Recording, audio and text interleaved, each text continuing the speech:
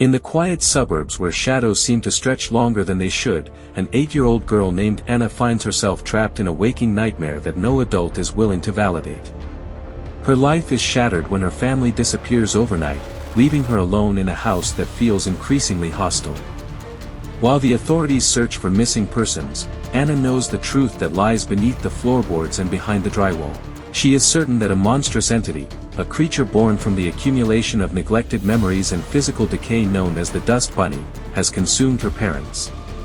Her cries for help are ignored until she crosses paths with her neighbor, a stoic and enigmatic man whose weary eyes suggest he has seen the darker corners of the world. This man, played by Mads Mikkelsen, is not the savior one might expect.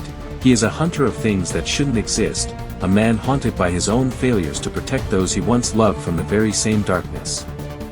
The narrative unfolds as a claustrophobic journey through the architecture of a home that begins to breathe and bleed. The neighbor reluctantly agrees to help Anna, recognizing the specific patterns of the entity's feeding cycle. He explains that the creature is not merely a physical beast but a manifestation of the things we leave behind, the dust of dead skin, the lint of old clothes, and the heavy, stagnant air of unresolved grief. As they prepare to confront the monster, the film builds an atmosphere of creeping dread where every mote of dust dancing in a sunbeam becomes a potential threat. The neighbor trains Anna not to fear the dark, but to understand its logic, leading to a surreal exploration of the house's underspace, a cavernous and shifting dimension that exists between the walls. As they descend deeper into the heart of the infestation, the boundaries between reality and the supernatural dissolve. They find themselves in a realm made of gray, fibrous textures where the remains of the family are kept, not as corpses, but as hollowed-out memories being slowly digested by the creature. The Dust Bunny itself is revealed to be a towering, shifting mass of organic debris, its many eyes blinking from within nests of tangled hair and gray fluff. It speaks with the voices of Anna's parents, using their loving cadences to lure her into its maw. The neighbor realizes that the only way to defeat a creature made of the past is to provide it with a sacrifice of such heavy, concentrated regret that it can no longer sustain its form. The climax is a visceral and emotional confrontation. The neighbor reveals that his own daughter was taken years ago, and he has spent his life cleaning the world of these entities as an act of penance.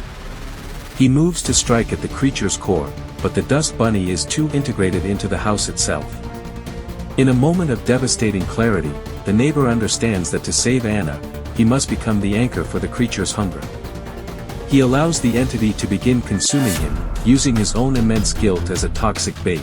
As he is pulled into the swirling mass of the monster, he provides Anna with the narrow window she needs to strike the creature's heart, a crystalline shard of pure, unadulterated light that represents the present moment, free of the dust of the past.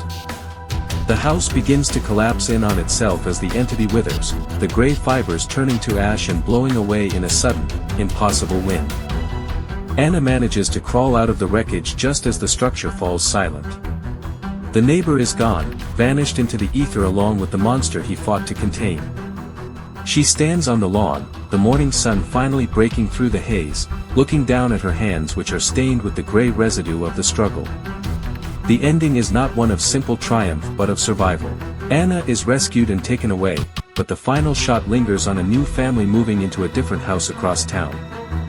As they carry their boxes inside, a small, inconspicuous clump of dust rolls under a heavy wardrobe, settling into the darkness to wait. The cycle of neglect, the film suggests, is as eternal as the dust itself, and as long as there are things left unsaid and corners left uncleaned, the bunny will always find a place to grow.